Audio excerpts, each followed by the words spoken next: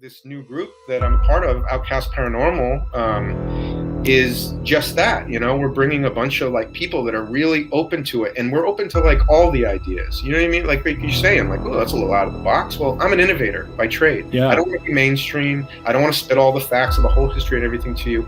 I want the cutting edge. I want, like, okay, you want mind blown, right?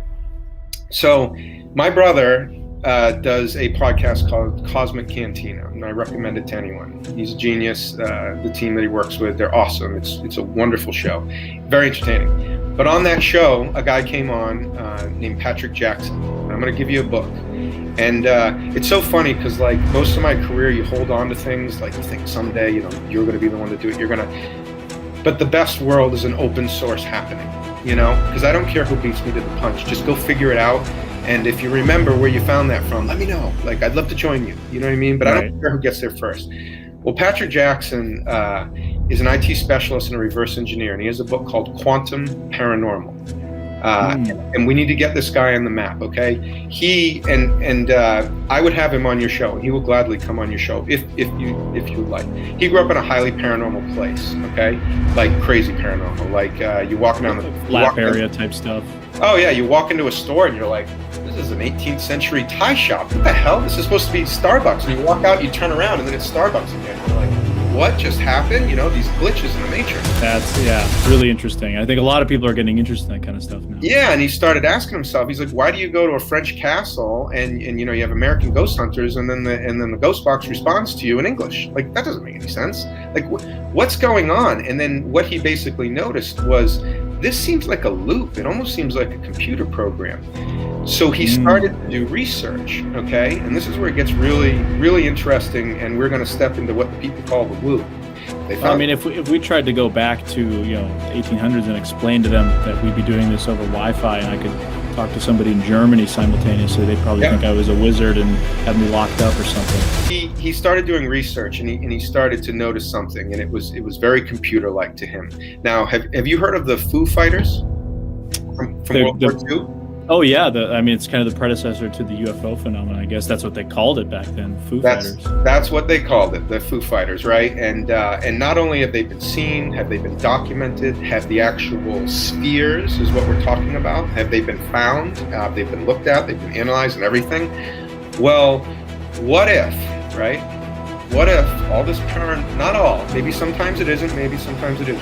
We don't know, and Patrick will be the first to admit that. But what if there is something else causing both paranormal activity and Squatch activity? So he got together with his buddy, materials engineer, Steve, and they were able to put together an atomic flashlight that creates a unique light signature. And what it does is it essentially creates paranormal activity on demand. So crazy, right? Imagine, what? There's this thing and it can just do this? You take this stuff to a haunted house and stuff happens. And it's a lot of, once again, how does nature speak though? Nature does not speak in fireworks that we're all accustomed to. Nature speaks in subtleties, which we call high strangeness, whatever you want to call. You turn this stuff on and it happens. So I immediately was listening to this podcast. I was like, I got to meet this guy.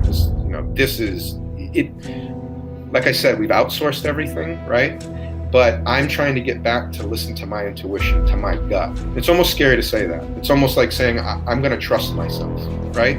In a day and age where we have to trust somebody, like if we're going to argue, I'm going to cite someone, and you're going to be like, oh yeah, well I cite that. No, I'm not citing anyone. It resonated with me when I heard that. It resonated with me, and I just knew it was right. He wanted to build this, and I said, can I be your Bigfoot guy? Like, I don't know if this is true or not. I don't know, but it feels right. Can I test it in the field?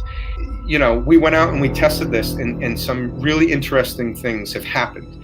Anyway, so Patrick figured this thing out, and ever since we've been using this technology, very interesting things have been happening around us. And but we did it, and we tested it, man. And wait till you see. We've got a series of films coming out this summer that we're going to put out, and all I can tell you is that, it's one hell of a ride. We are pushing the envelope. It's not comfortable. You're going to hear, you're going to see things.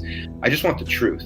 And in this day and age where everything, like, who knows what the effing truth is, right? Like, who knows who's telling the truth, who isn't? We're going to be a voice of truth. And that's one thing you'll take away. They're not bullshit.